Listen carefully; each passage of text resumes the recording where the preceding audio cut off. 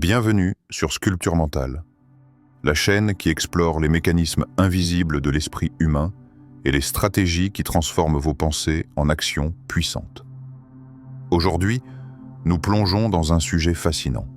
7 règles payées par Machiavel pour avoir une vente juste. Avant de commencer, un grand salut à notre incroyable communauté. Merci à chacun de vous d'être ici, d'investir votre temps dans le développement de votre esprit et de vos compétences. C'est grâce à vous que Sculpture Mentale continue de grandir et d'inspirer. Si vous découvrez cette chaîne pour la première fois, laissez-moi vous présenter Sculpture Mentale. Un espace où chaque vidéo est conçue pour aiguiser votre réflexion, questionner vos habitudes et révéler les stratégies mentales qui mènent au succès réel et durable. Ici, nous analysons, comprenons et sculptons notre esprit comme un maître sculpteur façonne son œuvre. Maintenant, plongeons dans le cœur du sujet. Les 7 règles payées par Machiavel pour avoir une vente juste. Ces règles ne concernent pas seulement la vente, elles révèlent une manière de penser et d'agir qui peut transformer votre approche des relations, des négociations et de la création de valeur. Avant d'aller plus loin, je vous invite à vous abonner à la chaîne et à activer la cloche de notification pour ne manquer aucune de nos prochaines vidéos, remplies de stratégies et de révélations qui feront évoluer votre façon de penser et d'agir. Et pour finir cette introduction, laissez-moi vous poser une question. Avez-vous déjà réfléchi à chaque échange que vous faites, à ce que chaque décision révèle de vous, et à ce que vous pourriez apprendre en observant vos propres comportements dans chaque vente, chaque discussion, chaque interaction? Restez avec nous jusqu'à la fin de la vidéo, car ces 7 règles pourraient changer votre manière de voir la valeur, et peut-être même votre manière de vivre vos relations avec les autres. Règle 1. Connaître le désir véritable. Avant même de parler de prix, de produits ou de bénéfices, il existe un élément invisible, silencieux, qui décide de la réussite d'une vente, le désir véritable de l'autre. As-tu déjà pris le temps de te demander ce que cherche réellement ton interlocuteur? Est-ce que seulement l'objet que tu présentes, ou est-ce une émotion, une sécurité, une reconnaissance, une appartenance? Combien de fois passons-nous à côté de ce qui compte vraiment, séduits par l'urgence de conclure, par l'illusion d'une transaction facile? Et toi, as-tu déjà senti que tu proposais quelque chose que l'autre n'attendait pas, et pourtant tu persistais, espérant que la vente se fasse par force? Pourquoi cette impatience? Pourquoi cette volonté de contrôler un échange qui, par nature, devrait être fluide et naturel? Machiavel savait que l'art de vendre commence par l'art de comprendre. Non pas de comprendre superficiellement, mais de pénétrer dans l'espace intime du désir de l'autre. Quelle est cette tension intérieure que le client ressent? Quel manque silencieux cherche-t-il à combler? Et surtout, comment tes paroles, tes gestes, ton regard peuvent-ils révéler que tu as identifié ce désir avant même qu'il ne le formule? Alors pose-toi cette question. Es-tu seulement un vendeur? Ou es-tu celui qui peut faire surgir ce désir caché, celui qui peut guider sans forcer, qui peut faire naître l'envie sincère et l'intérêt véritable? Et dans ton quotidien, combien d'opportunités as-tu laissé filer parce que tu ne t'es pas attardé à écouter, à observer, à percevoir ce qui n'était pas dit? Le désir véritable est invisible, et pourtant c'est lui qui trace la route de chaque transaction. Le reconnaître, le comprendre et l'honorer. Voilà le premier pas vers une vente réellement juste. Règle 1. Connaître le désir véritable. As-tu vraiment pris le temps de sonder ce que ton client désire au-delà de l'évidence? Derrière chaque transaction se cache un désir profond, souvent silencieux, parfois inconscient. Est-ce que le besoin de sécurité, le plaisir d'être reconnu, ou simplement l'envie de se sentir compris? Et toi, que cherches-tu réellement lorsque tu vends? Est-ce que la satisfaction immédiate d'un gain, ou la création d'une valeur qui perdure, qui transforme et qui résonne au-delà de l'argent? Combien de fois as-tu conclu une vente juste parce que le temps pressait ou parce que tu voulais prouver quelque chose? Combien de fois as-tu ignoré ce que l'autre voulait vraiment, te contentant de suivre ton plan, ton script, tes habitudes? Et si la vraie puissance d'une vente résidait dans la capacité à écouter, à ressentir et à percevoir ce qui n'est pas dit? Imagine un instant, si tu pouvais identifier ce désir caché avant même que ton client ne le formule, si tu pouvais sentir l'énergie qui l'anime et guider subtilement son choix, quelle différence cela ferait-il? Serais-tu encore un simple vendeur ou deviendrais-tu un révélateur de besoins véritables? Alors, pose-toi cette question. Chaque échange que tu engages est-il dicté par la précipitation ou par la compréhension sincère de ce qui compte vraiment pour l'autre? Et si tu choisissais de ne jamais ignorer ce désir, de toujours le reconnaître et de l'honorer, comment tes ventes changeraient? Comment ton approche des relations humaines, des négociations et même de ta propre valeur évoluerait-elle? Le désir véritable ne se montre pas. Il se devine. Il se respecte. Et celui qui sait le reconnaître détient la clé d'une vente juste et profondément significative. Règle 2. L'autorité silencieuse. As-tu déjà observé ceux qui semblent commandés par le monde sans jamais élever la voix? Leur force ne réside pas dans ce qu'ils disent, mais dans ce qu'ils dégagent. Chaque geste, chaque regard, chaque pose est un message invisible, subtil, mais impossible à ignorer. Et toi, que projettes-tu avant même de prononcer le moindre mot? Combien de transactions sont brisées par des paroles maladroites, par une énergie dispersée ou par une impatience perceptible? Combien de fois as-tu essayé de convaincre par des arguments alors que la véritable autorité se lisait dans ton calme, dans ta présence, dans cette capacité à être entendu sans rien dire? Imaginez un instant. Tu es assis face à ton client. Tu ne parles pas immédiatement. Tu observes. Tu écoutes ce que le silence révèle. Que disent ses gestes, ses micro-expressions, sa respiration? Et toi, que dis-tu sans parler? Ton énergie est-elle alignée avec l'intention de créer une vente juste, ou trahit-elle tes doutes, tes peurs, ton empressement?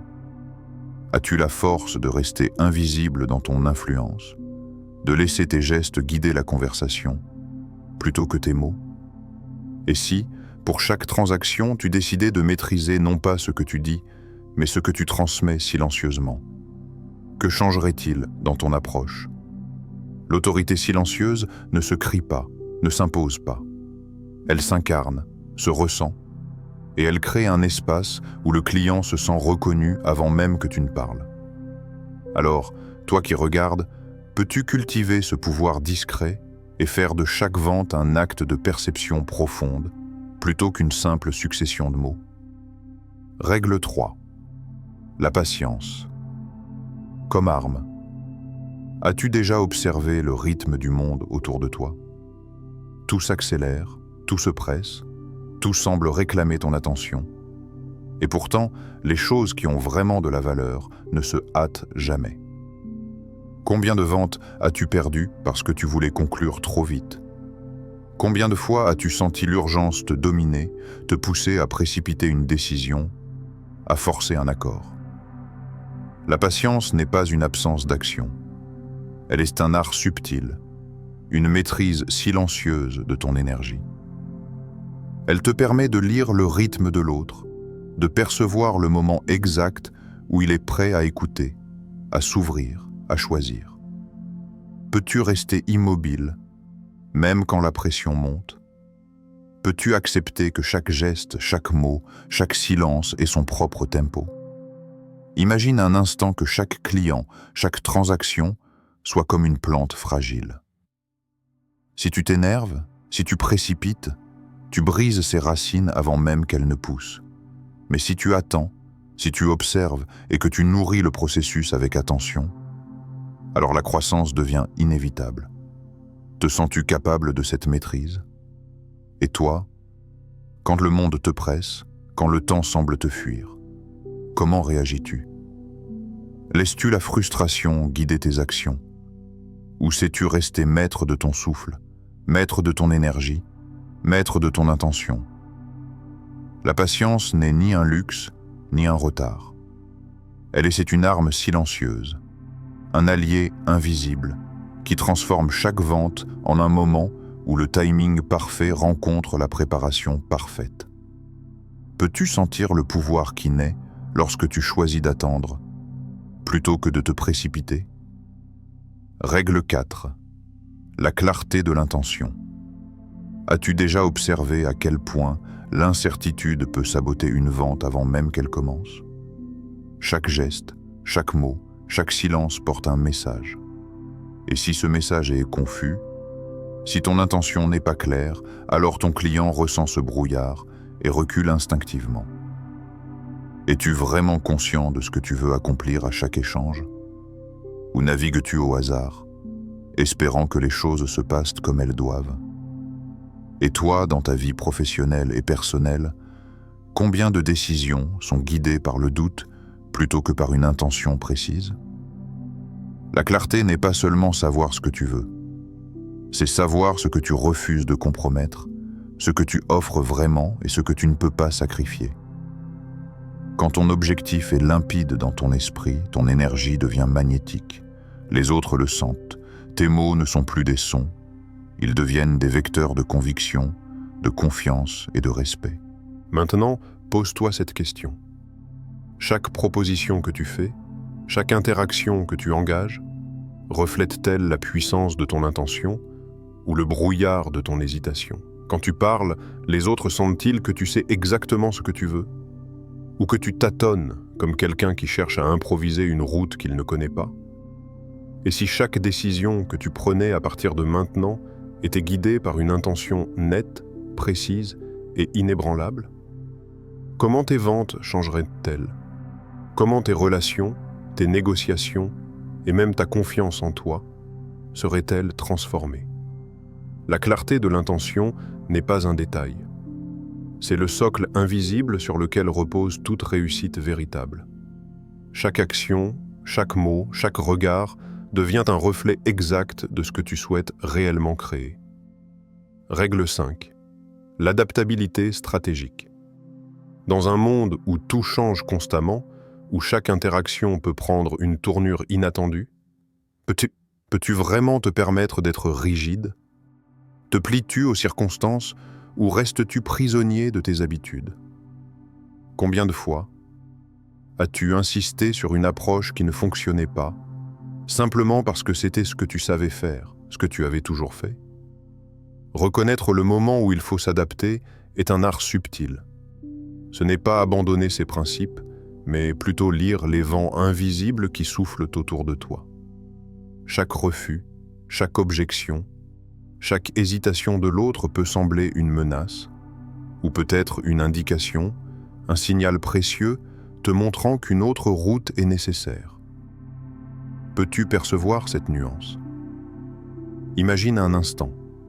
Tu proposes une solution et tu sens la résistance. Que fais-tu? T'obstines-tu?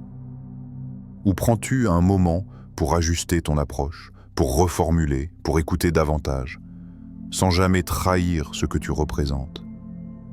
L'adaptabilité stratégique, c'est savoir plier sans rompre, naviguer sans perdre le cap de tes valeurs. Et toi, dans ta vie professionnelle ou personnelle, combien de fois as-tu confondu flexibilité et compromission? Combien de fois as-tu ignoré les signaux du moment, croyant que la persistance seule suffirait? Et si tu pouvais développer ce sens aigu, cette capacité à percevoir le flux des situations et à ajuster ton action sans jamais trahir ton intégrité? L'adaptabilité stratégique n'est pas une faiblesse. C'est la capacité de transformer chaque obstacle en opportunité, chaque refus en information précieuse. C'est la danse entre fermeté et fluidité, entre discipline et ouverture qui distingue ceux qui réussissent véritablement de ceux qui stagnent. Règle 6. L'échange de valeurs authentiques. As-tu déjà pris le temps de te demander si ce que tu proposes possède réellement de la valeur? Ou te contentes-tu parfois de masquer tes offres derrière des mots séduisants et des promesses creuses? La vérité est souvent invisible, mais elle se ressent. Les clients ne se trompent jamais longtemps. Ils perçoivent l'authenticité ou l'absence de sincérité avant même de poser des questions. Combien de fois as-tu vendu quelque chose que tu n'estimes pas digne de son prix? Et toi, qu'as-tu ressenti à ce moment-là?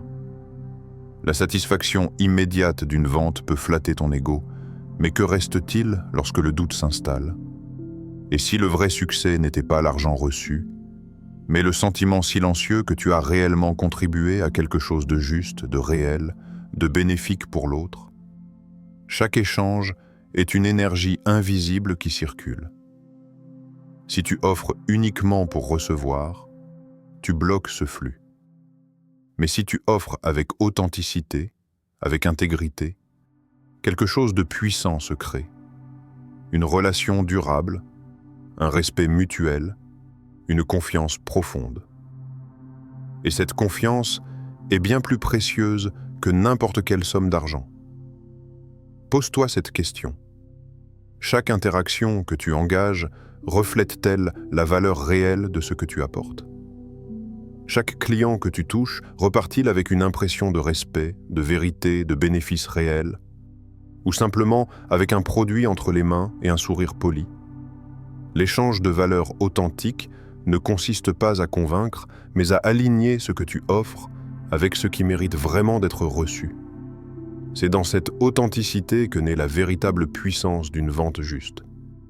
Et toi, es-tu prêt à transformer chacune de tes interactions en un acte d'intégrité et de valeur réelle? Règle 7.